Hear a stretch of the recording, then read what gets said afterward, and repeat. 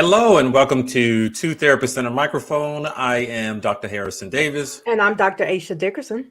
Two Therapists and a Microphone is a show about mental health, relationships, and social issues that personally affect you. We broadcast live every Thursday evening at 7 o'clock p.m. on the Our Black Media Network. Harrison and I are two licensed psychotherapists with decades of clinical experience, and we want to hear from you.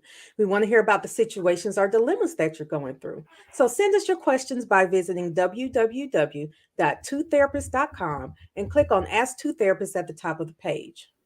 Absolutely, because we want to hear from you guys. Go ahead and like and share this particular video, particularly for the parents who are out there, because we got a great show tonight. We're going to talk about an important topic. It's a topic that I learned some lessons on earlier in my journey as a parent. I should have signed up for some type of training when my child who's now 12, was around 4 or 5 years old. So that I wouldn't make some of the missteps that I made with my parenting. What about you, Aisha? Did you have to do some research on parenting styles, or it just came naturally to you? Well, so I'll say that I had already a lot of research in parenting styles because historically I've done a lot of family counseling, I've done a lot of co-parent coordination, I've worked with a Oh, lot of children. But it's just really different when you're in that situation. It's like yes, I it want is. to bring in my clinical skills, and at the same time, it's me who's being victimized, and I'm using victimized lightly here. And I am the one who is needing to give out the punishment. So Yeah. all that soft parenting, that's not me. I'll say that I'm stern is the word Okay. I'll use. Ain't nothing wrong with that. I can remember, before we bring our guest on, I can remember years ago, before I had my child, two particular clients. One was a single white female in her, what was it, early 50s. And she had a teenage daughter around 15 or 16. The mom, she didn't know what to do. She brought in the daughter. The daughter was disrespectful. The daughter called her mom a bitch right Oh, there in the oh Lord. middle See, of that triggers me. the I just temp. want to backhand them on behalf of the client. And I'm trying to help the mom to create some healthier boundaries and to stop enabling, the kid with the behavior. And the mom kept saying, "But you don't understand." I was like, "You got to get this under control. And here are some things you can do." And so the girl, she didn't like what I was saying, So she Did she kept telling start the mom. calling you names too? She wait, one more. She said, "Is he a therapist?" So she was getting mad at me and stormed out of the room. And I was like, "Oh no, you got to get this together. I'm willing to help you." And the second example is very similar to, there was just a couple around the same age and had a tween son. He was just as disrespectful.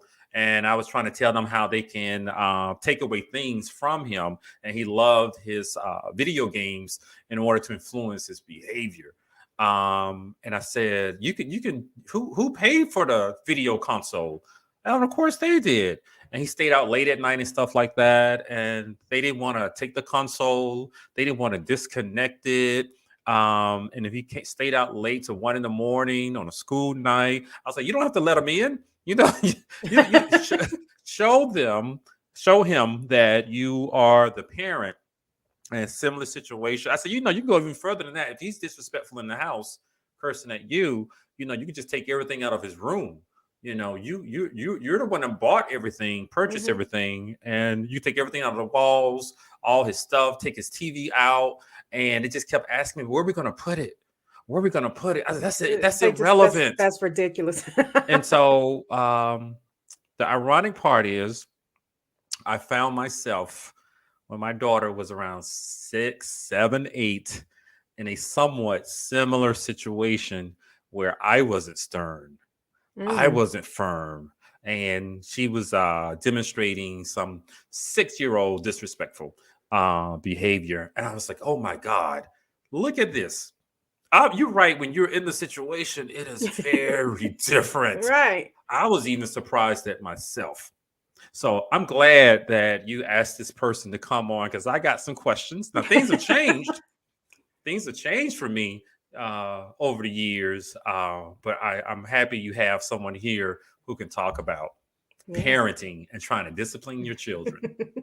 All right. So today we are inviting Shambria Stoll to join us on Two Therapists and a Microphone. Shambria is Hello. from Auburn, Alabama. She believes the bravest thing you can do is to begin to understand your own story. Her focus is with teens and young adults, where she provides a safe, affirming, non judgmental space for healing and support. Shambria specializes in mindfulness based interventions, cognitive behavioral therapy, and works from a holistic perspective. Her goal is to create a space where you can feel valued and empowered. Thanks for coming. That sounds Thank nice. you for having me. I'm excited. I'm really excited about this topic. Me too. Well, let me let everyone know that I refer all children to Shambria. In fact, someone called me yesterday, and I liked them. I liked the story. I really thought the child could use some services, and Mhm. immediately I was like, but I don't see children, so let me get Yeah, you you God do give me a bless lot you, of them. connected Shambria. to Shambria. It takes a special person.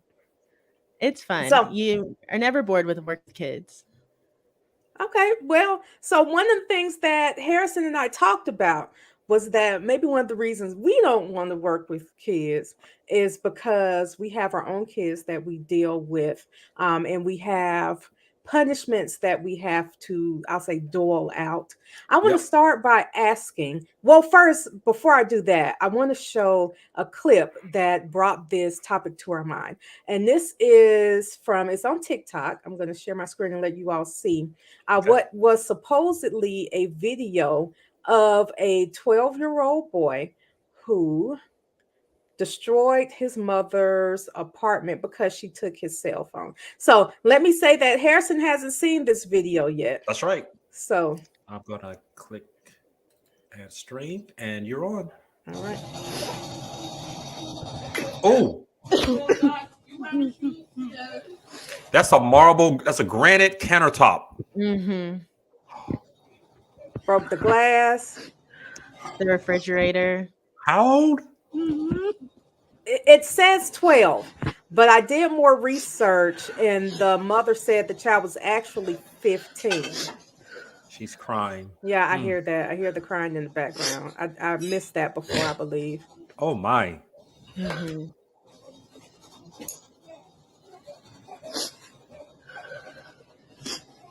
Oh Lord. I mean, just tore up every inch. Like Like renter's she was insurance doesn't cover robbed. that. Yeah. Yeah, yeah. She's gonna be evicted too.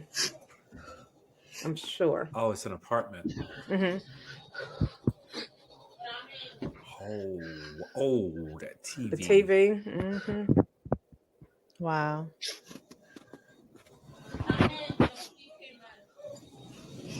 Take the baby bag.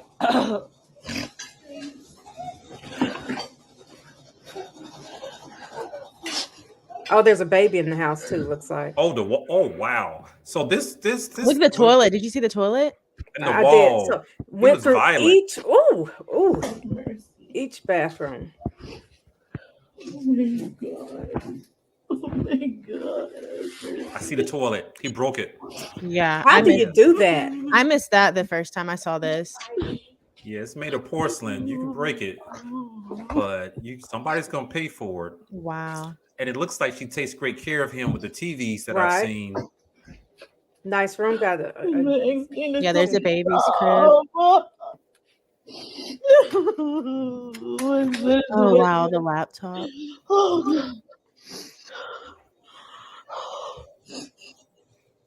Mm. See, I'm getting mad now. So I was like, where is he? All right. Well, that's all I need. okay, I'm gonna stop it now. Wow. So Wow. That's when I cute. look more into it, the mother says that the child was not 12, was 15, Okay. and that her friend shared the video. She was not thinking that her friend was going to share the video, and she wanted to set the record straight. After everyone was saying, you ought to whoop them, you got to jump on them, all of that stuff. She says that her child has a history of mental illness, and so my question was, number one, Shambria, how do we determine if what we need to do is discipline a child or get them to some therapy? Mm, I think it varies. So I think it depends on how long has this behavior been happening. Like, is it something that started when he was younger and it progressively got worse and there were no interventions? I think another determination is safety. Like, immediately I was concerned for her safety, and I saw the crib and I was concerned for the baby's safety. Um, and so I think another thing also is the remorse. And so that was something that I kept wondering of, like, how does this kid feel after looking at that? Is there remorse? Is there not remorse? Is he blacking out? Is he not remembering? Like, what is the intentionality behind that? And I think once I got those questions, then I would be able to better determine. But the safety issue, there needs to be some intervention, especially I think I heard her say that in another video that she may be a single mom. Okay. And so kids these age, that size, a boy, single mom, there's a safety issue that I think needs a lot more of an intense intervention. yeah, as I was looking at it, I was questioning how violent, the kid might be with the extreme amount of damage, that he caused. And you talked about, whether or not he blacked out or not. Because I'm just wondering, I think a number of us have been angry before. We've even seen our kids angry, but they've never done anything like that before. And he went through an entire house, so it seems intentional, And what was he thinking, when he broke the first television? Or the first mirror, and that tells me that he may not be able to control, some of his anger. You talked about the safety, that is there. What would you tell that mom at this point? At that point, I think she needs to step in and get interventions. I've experienced honestly more than one or two experiences like this. Really? Dr. Dickerson has literally witnessed me be injured because of clients like this. I had a broken foot. The first thing I would tell her, if you don't feel safe at home, I've had a client, I think it was my internship, where it was a similar behavior, to be honest. And we ended up having to get social or child protective services involved. And like mom called and was like, I don't feel safe with my child. Like, I need resources. So they were able to connect her with possible group homes, if that was the case, possible treatment that they could help fund, because if they can't afford it or they don't have insurance. And they also provided her with a case manager or just day services, because clearly the distress tolerance isn't there. And so if you're out in Target and mom takes away the phone, you can't have the same behavior in Target. And so figuring out like what's the overall safety for that, to if you need a day program to like work through your distress tolerance and build that up so you can come back in, or even in-home services. There's a lot of like wraparound services that she may need. So if the child is indeed that dangerous and a safety issue in the home, would the child not be a safety issue at the group home and a foster home? Like, how do you handle that? Do we keep some straps around, strap them down when needed, a little taser? I don't know. So there's a lot of, I didn't know about the resources that they had, but for my experience, like I worked at a therapeutic school and a lot of the kids had this same behavior. So we got trained in safety measures of how to restrain, distress tolerance, certain medications there. We would also do and put kids in holds if we had to. And we were all trained properly of how to keep ourselves safe and also keeping them safe. So there would be times where I would be in a hold with a 8-year-old kid who could take me out, but we would have to be in a hold for 30 minutes and we would rotate out and do it in a safe way.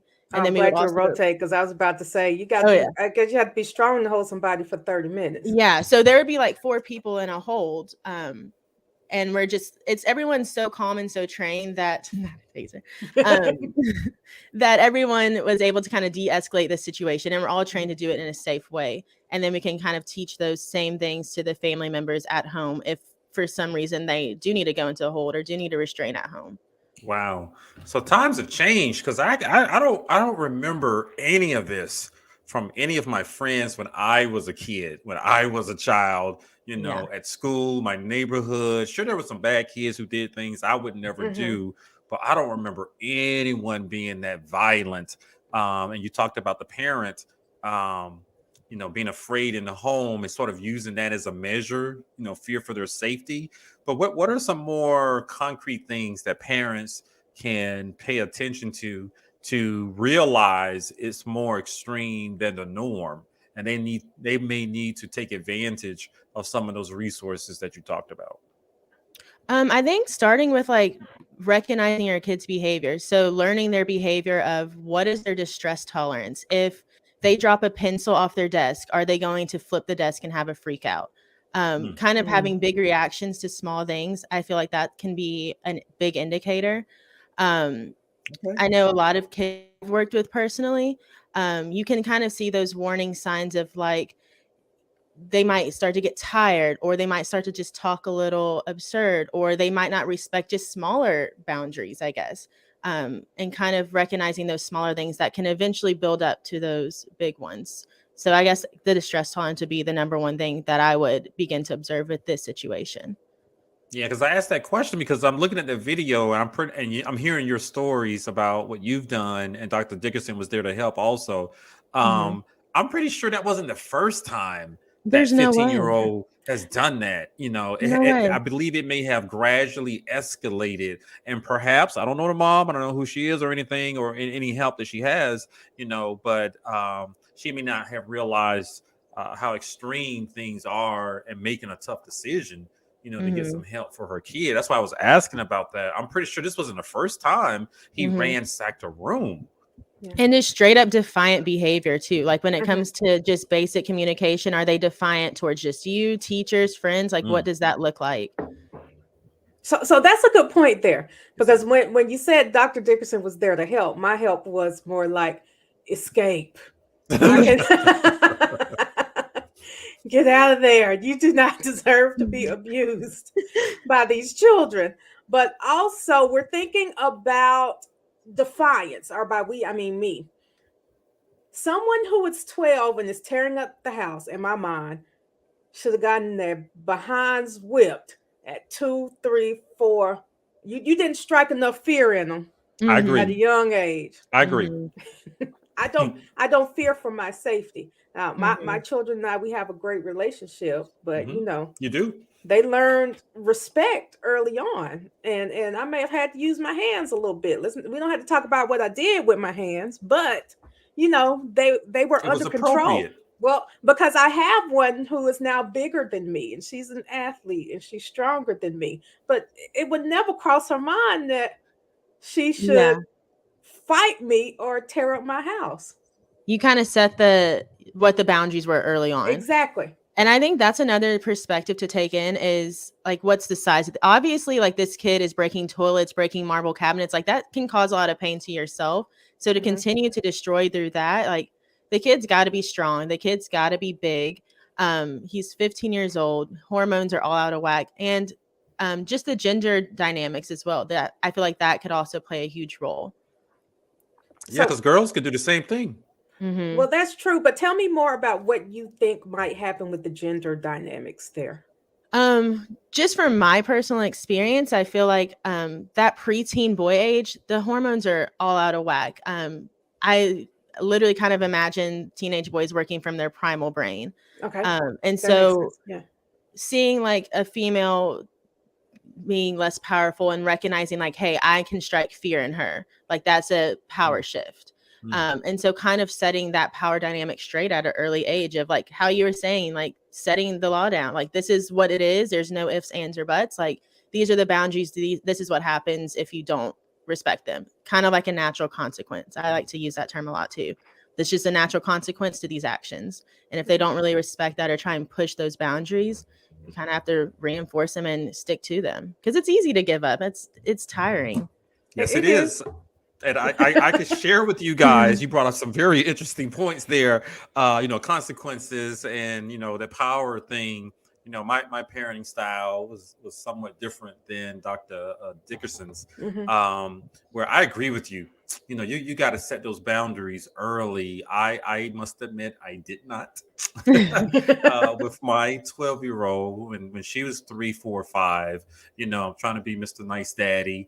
Get her everything that she wants. I spoiled her, but I did not correct, some of the unwanted behavior, and it would have been much easier at that time, because I didn't want to do the things that I had to endure, as a kid. I said, I'm not going to do that. Times have changed. But let's start here. What do you want to say to those parents who may be still in that stage where I was, for whatever reason, just not creating those healthy or being consistent with setting those healthy expectations for the kids? They may not know what to do. I didn't know what to do. I can always praise the good behavior, but I learned that wasn't enough. Nope. The question was, what do you do when they do something that you don't want them to do? What do you say to those parents who are still in that stage? I think I would say it's easy to get kind of lost in a forest. Like, you get focused on one tree. So to kind of pull back, like, what are your goals by doing this? How do you want your little child to be when they're an adult? These small reinforcers, they shape who they are. And so to kind of ask yourself, like, who do I want? Like, what are some values I want to instill to my child? And I think that's a good kind of grounding technique to go back to when you can get lost in that, kind of just settling or just kind of just giving into whatever the kid wants. Like, what is this benefiting them long run? I also imagine like a butterfly coming out of cocoon. If you help the butterfly out of the cocoon, like, it dies because it's not building up that strength. And so I feel like it's everyone's duty involved in a child's life to help build up that strength and that distress tolerance so they can be successful adults. Because at the end of the day, like, if you're in high school, you can't have your phone at school, right? That's just a very black and white rule. So if your teacher takes your phone away, are you going to do that in a school? Because there's bigger consequences. At that point, you could get charges pressed on you. And that's just a realistic thing. And that's conversations I've had, especially with my Black teens who've had this behavior. I'm like, listen, like, we're on a real level, like, in this neutral moment, like, realistically speaking, if you act like this outside of this environment, what's going to happen? Because not everyone's trained to properly handle this situation. Okay. Two, we see what's happening to Black boys and with the law enforcement, unfortunately. And so recognizing, like, maybe they're not trained on how to handle the situation. So if they come, that situation may not end up the same.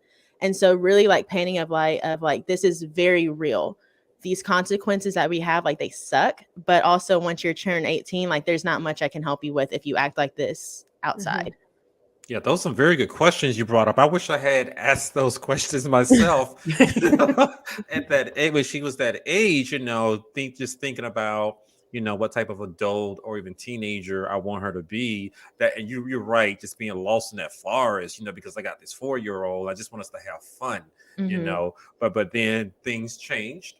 When it just became obvious, and then trying to create those expectations and being consistent with my reaction when she's 10, 11, 12 is much better. It was much tougher than having a 3-year-old, a 4-year-old. Yeah, because they're still cute then. Exactly. Even like, hard to imagine that 3-year-old as like a 14-year-old. It wouldn't be the same response, the same reaction. And just because you're disciplining doesn't mean you're not showing your kid love. I feel like it's quite the opposite. Like, it's tough love, but like, that's still kind of like just that circle of that balance. It's what I learned. So H and I, we have different styles, and I'm still, but I'm on the road that you're on. Let me just tell you, come to Aisha's style. Because see, what I'm always thinking is, I don't want them to come back to my house. When they leave, I want them to be gone forever. Not that I don't love them. Independent, responsible adults. Right. And that's why you have to clean up. You want to build those strong butterflies. Right. Nobody wants a nasty woman. You got to clean up. Don't spend your money on stupid stuff, because you'll need to pay your bills, and I'm not going to pay them for you. I mean, honestly, I might if they need it in the future, but I don't want you to even have to come and ask me for my money when I'm retired and free from children.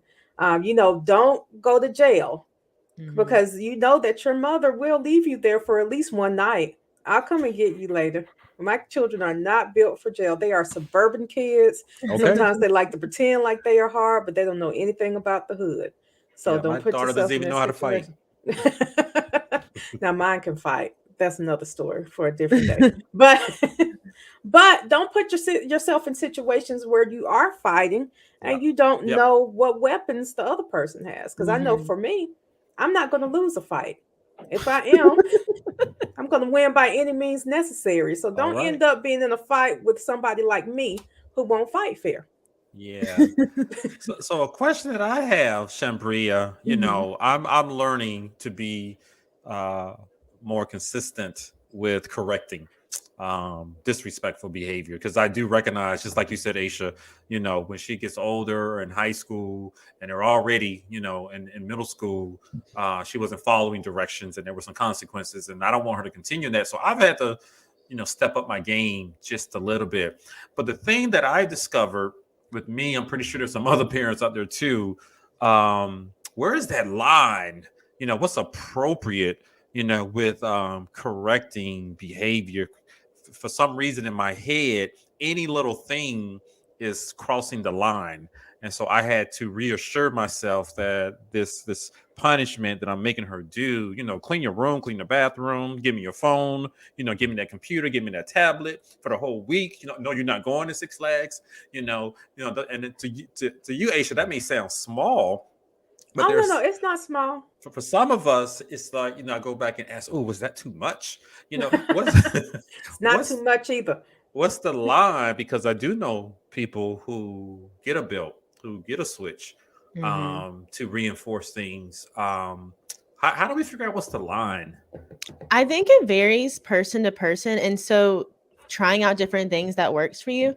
So for families who are kind of sharing the same experience you're talking about, where it's like, I messed up maybe a little bit at the beginning. Like I want to kind of begin to reinforce some other things now.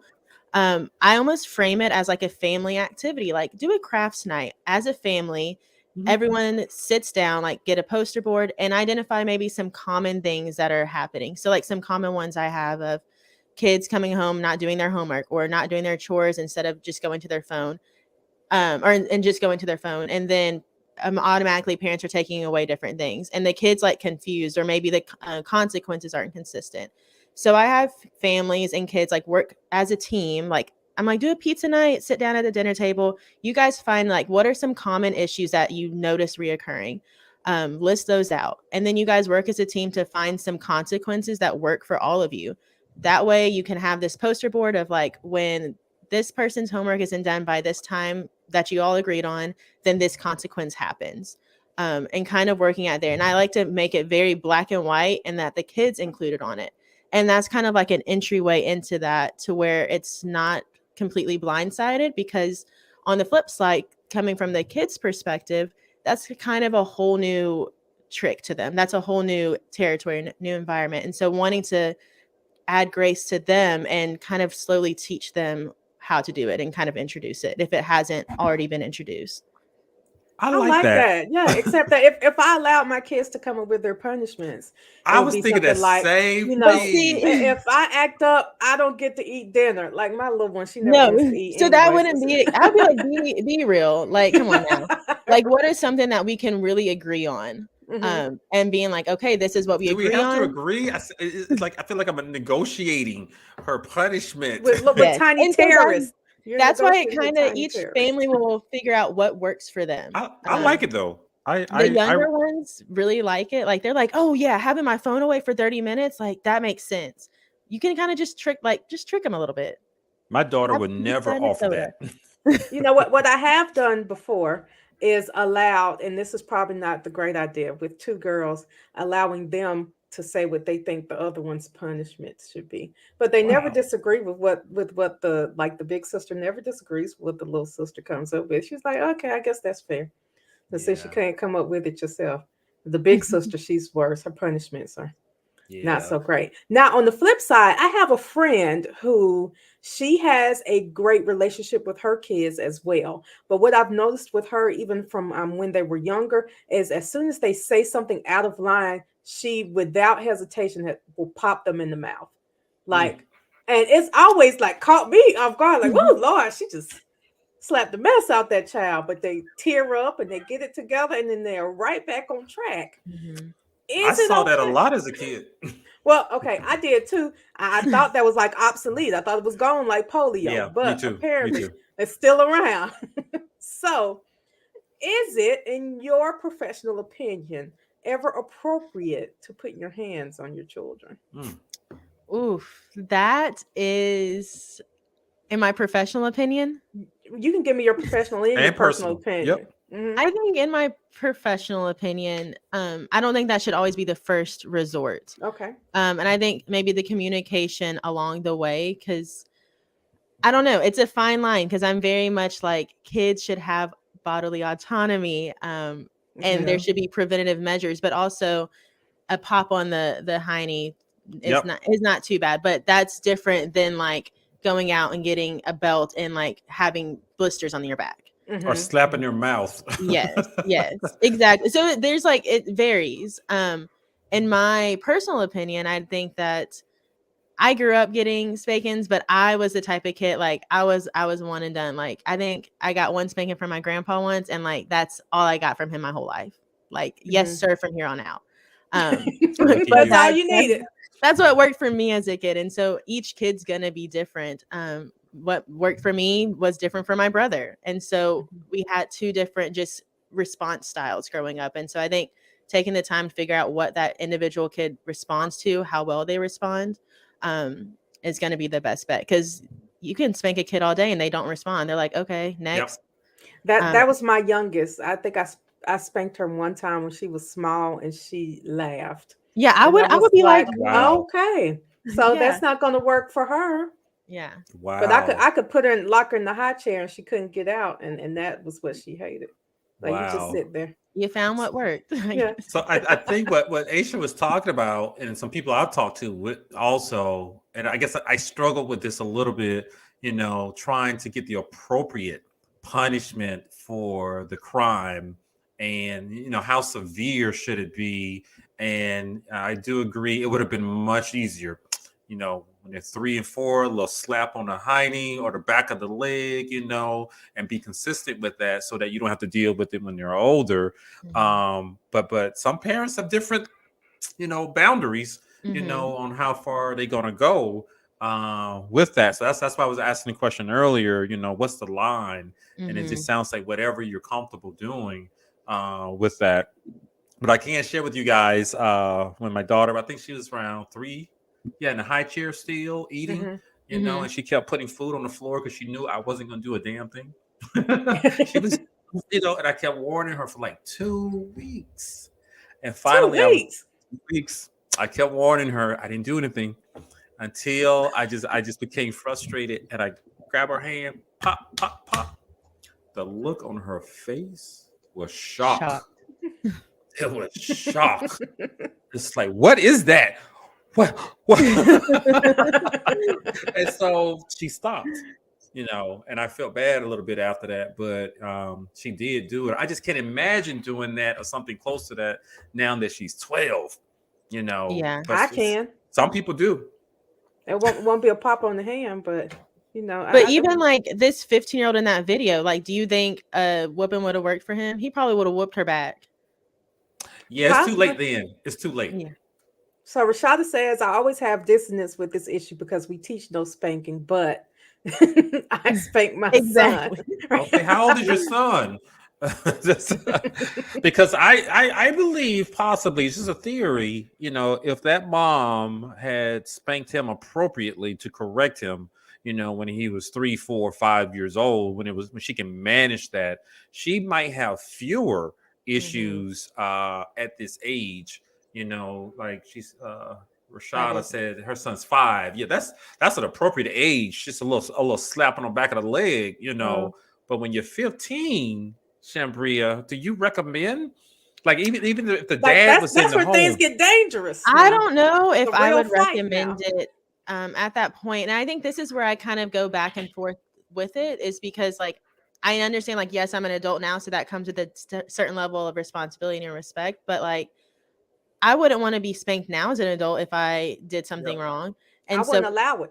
Yeah. Oh, exactly. And so kind of having that that same idea of like, they're growing up to be like young adults now, they're preteens or teenagers. Like, is this a way that I want to teach them to communicate for the future? Yeah. Well, Um, so I'm assuming we're thinking that at an older age they should be able to communicate. That you're mhm, supposed to be able to mhm. talk to them This and one, they can he understand. seems to not be able to communicate. He's having a lot of emotions. His form of communication seems to be aggression. But I think another factor that kind of takes into play of even like growing that was different from me growing up. And it's the technology, the phones. Like Mm, this reaction to having your phone taken away Or is PlayStation. absurd. It looks like a heroin addict who is trying to find some heroin. mm-hmm. Like it's truly looks like you're having like withdrawal symptoms. It does nothing else matters besides I want access to this phone. And this is something that I've been seeing a lot in my teens since COVID happened. That isolation, being at home at school, the only form of communication and that social interaction for the last few years and these Mm. prime like developmental stages for these kids has been your phone. And so you become almost like codependent on it. And I think that's like a whole nother layer into this situation of like no one in like who is going to have this type of reaction having their phone taken away? Someone who's like addicted to their phone. Mm-hmm. Yeah, because I of venture the to I venture to say that for the parents, they're also had been giving the children the electronics, is what I see. It's like their Mhm. babysitter. I don't want to be Exactly. yeah. bothered. We're all But on here the together. flip Here's an side, like iPad. I hear you. Like the pandemic has worn out just the average human. You got to come home and then see these kids. You got to cook. You got to clean. Like I can understand how like that could just be an easy like I just need to breathe. And I Yeah, we were understand home. on the parent Them. side, but They were home. We were home. Everybody was home. Trying to do their work on the internet, trying to do their mhm, school work. So I hear you when you say that the kids are sort of desperate. For that human engagement when it was almost cut off, and now we have technology where they can just talk to each other, engage with each other. My daughter plays this little game, Roblox. Is that it? Oh mhm, yeah. And then she's on FaceTime with her friends on one electronic device, watching each other, and then the Roblox is on another device, so That's they can nice. see each other and they play. It's a fun little kids game. I've been through it before, but I can just tell how much they love it. And when I have to tell her to get off because it's time to go to bed, she gets angry about that. So I've seen a little bit of that this strong desire to keep that human interaction going. And mhm. and on one hand, you want your kids to be social, and Yep. also it's like she's playing Roblox. She's not doing anything bad, so that's a plus. But Mm. I do get the idea that these children are starting to feel entitled to Mhm. these. When I talk about my kids' phones, I don't say your phone. I call it my Yeah. other phone, and my third phone. Yeah. And I had to start doing that too. That's not your phone. That's my phone. I'm Mhm. Mhm. letting you use it. That account is in my name. I pay it. I'm just allowing you to hold the phone and make phone calls. And she looked at me like I was speaking a different language. I said, "Oh, you want me to Mhm. show you? Let me show you because I can disconnect the phone. Well, and that's I what I was told you about I'm to on your say. road, Aisha. I'm on the same road. I was about to say, did I teach you that? Because I don't have to physically take the phone. I go right in the app and turn it off. And that was a brick. You don't have Wi-Fi and you don't have cell phone See, service. that's a tool that a lot of parents don't know about. That's something I'm worried about. I can't keep up with technology. I already feel like a grandma. And so Yeah. like years down, I can't like I don't know how I'm going to be able to keep up with the continuous evolution of technology. Yeah, Mhm. but what some of us parents have learned is that is important to the It's kids, and I crucial. can use that as a reward or a punishment, Mhm. and taking that away, can deter certain behaviors. That's what Mhm. some of us have learned, and I'm glad that we have that. But I do want to ask before I forget. We were talking about spankings, and when I grew up, we call it getting whoopings. Mhm. Um, what is appropriate age, if you can answer Oh, this, that's a for good parents question. to When do we stop? consider stop spanking or getting the belt or switch to their kid? For those parents who do that, when is a good time to stop that practice? I think that's such a subjective question. I really do think it varies person to person, kid to kid. Um, I think maybe looking for like the behaviors, like are they responding to it? Are they able to hit you back? Is it able to be resolved with other various ways? Just basic communication. I think there's a lot that goes into it. I would say maybe like I don't know, maybe like that preteen age is a good sweet spot to kind of start the transition of like, let's sit down, like, let's talk this out. Maybe not going to that as first resort. But I think, again, it varies family to family, kid to kid, what's working best for you. Thank you. Yeah, gotcha. So my next question is, what are some special considerations for children who have developmental disabilities? Because, you know, they're bigger, but a lot of times, well, it's like this the is my name says, they have, right there. I know, And that's some why are I'm asking impulsive. you. Right, Yeah, right. yeah, absolutely. That was my background of getting into this field of working with people with disabilities. So I've worked with all ages, big, small, all sizes.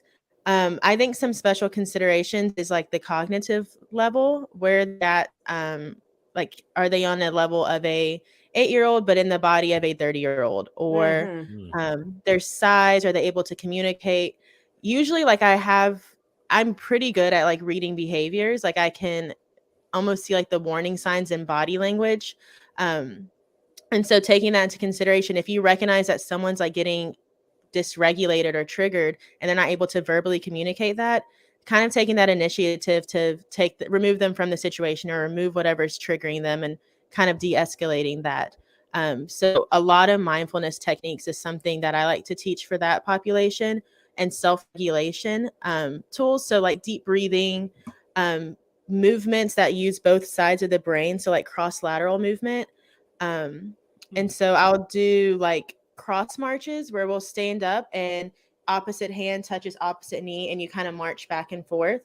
And that opposite movement is like bilateral stimulating. And so it kind of helps regulate your nervous system to get you back down to just a state of homeostasis, to where you can jump out of that primal brain and kind of come back to. So those are some skills that I've picked up on all my years with working with individuals with disabilities to kind of help regulate those situations. I like that. I didn't know anything about that. No, I've never heard of that before.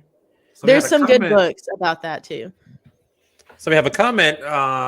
It's becoming a huge problem with the teens I see, so much so that we have to do crisis intervention when it's taken away because they're suicidal. I believe Rashada's talking about the phones and maybe the PlayStations.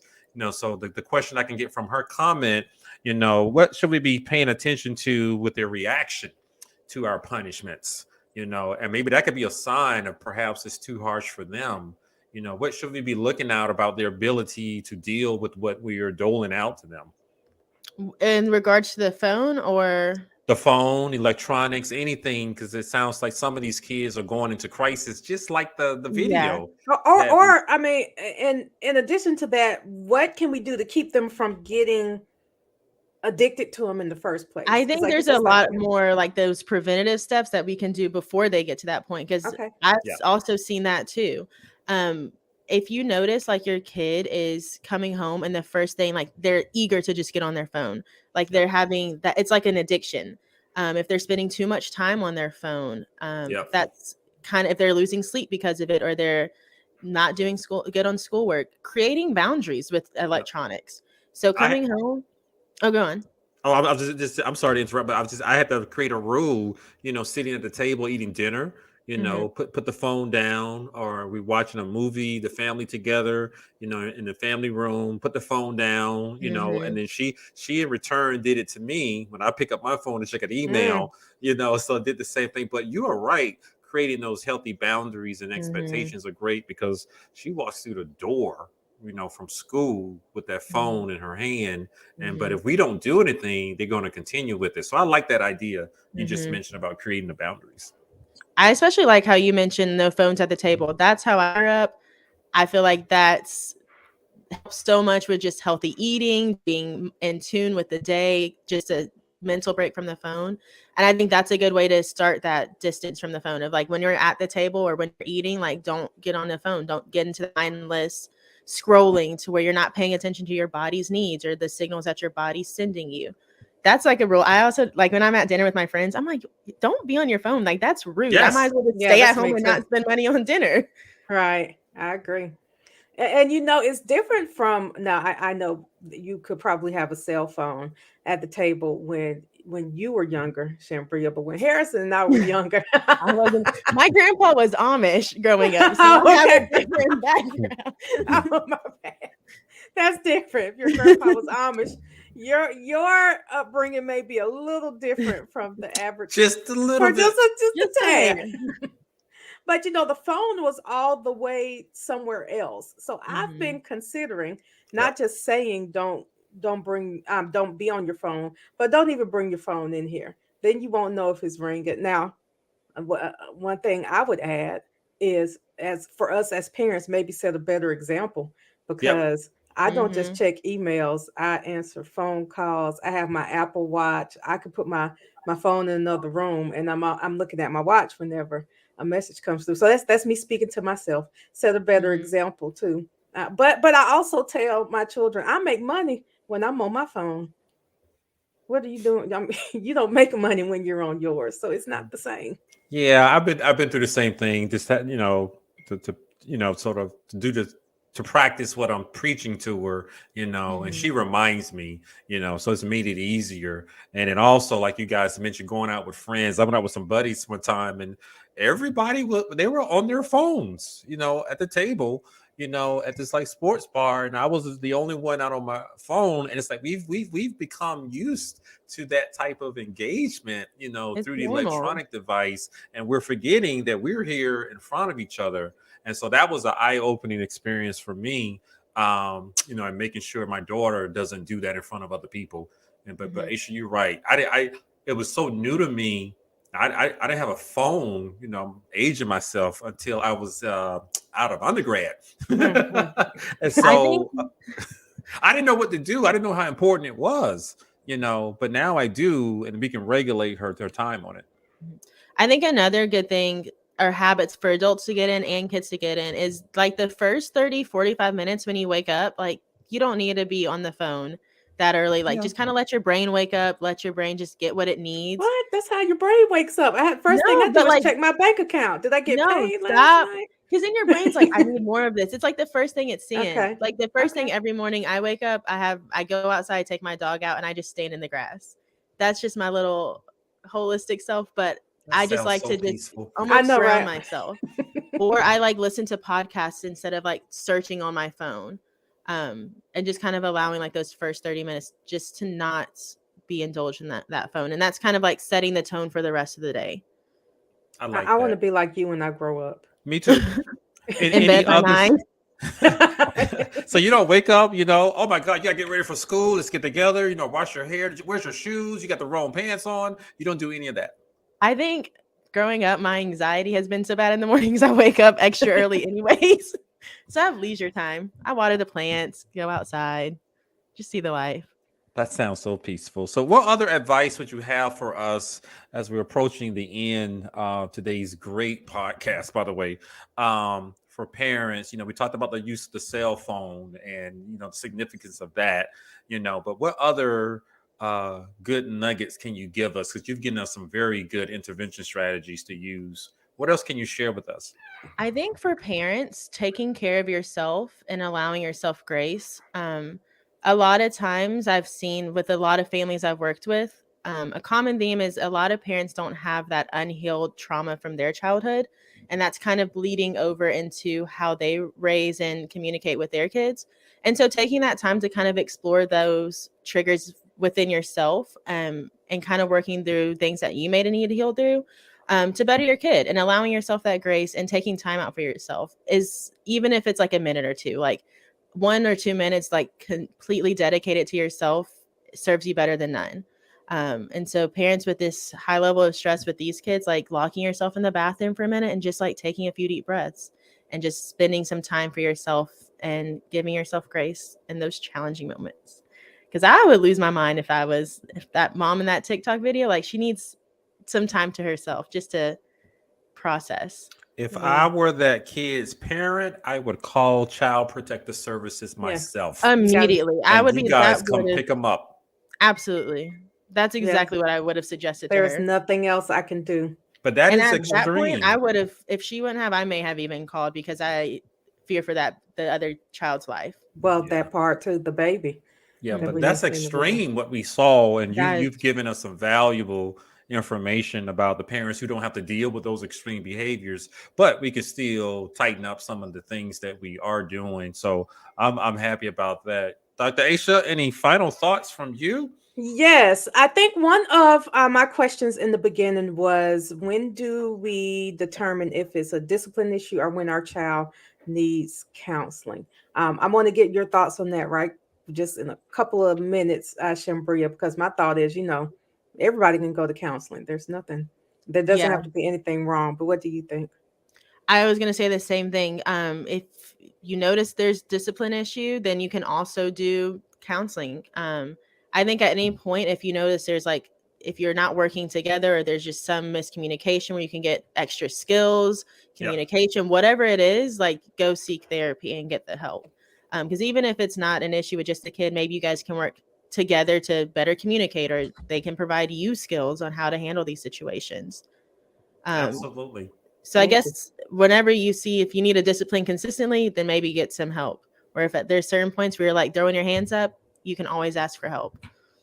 Yeah, I like that. There are parenting classes out there. A lot of them are online. I didn't do it, but I should have. But it's never too late to sign up for those things. But I like some of the things that we talked about. The biggest nugget that I got from you, is asking yourself, do I want my kid to display this behavior when they're older? Because what's gonna be the consequences? No, she's 10 now, doing these little dramatic outburst things, because she didn't get what she wants. But what about when she's 19, 20 years old on a college campus? Trying to get her education, and she can't manage her emotions when she doesn't get her way. That's a great point that you made. So I'm very glad that you brought that up with us. So Shambria, why don't you tell the audience how can they contact you in case they want to continue this discussion with you? Yes, you can email me at shambriastall@s1catl.org. Is that it? Yes. I think that's it. shambriastall@s1catl.org. And if you have any questions, shoot me an email. If you're interested in services, I can email you our intake packet, or you can find us at Someone Cares ATL? S1catl.org. Yes, just Google Someone Cares Atlanta. It's the first one. It comes up. Got you so much. Any final thoughts, Aisha? No, just I appreciate you coming. If I needed therapy for my kids and it wasn't an ethical issue, I would definitely send them straight to you. You'd be my number one choice. I might call you just to get some more advice on handling some things with these middle schoolers. I don't know if this has happened to you, Aisha, but my daughter has been asked out on dates by two other 7th grade boys. I'm like, what you mean a date? To do what? How is he gonna pick you up? A date? That's your job. What's a date? How do 7th graders date? I don't get that. So I might hit you up, or we're inviting you back, to the show about handling those. Absolutely. But thank you for joining us. Thank you for having me. Yeah, join us every Thursday evening at 7:00. We're going to be in the same place, Our Black Media Network. You've been watching Two Therapists and a Microphone. I am Dr. Harrison Davis. And I'm Dr. Aisha Dickerson. We will see you guys next week.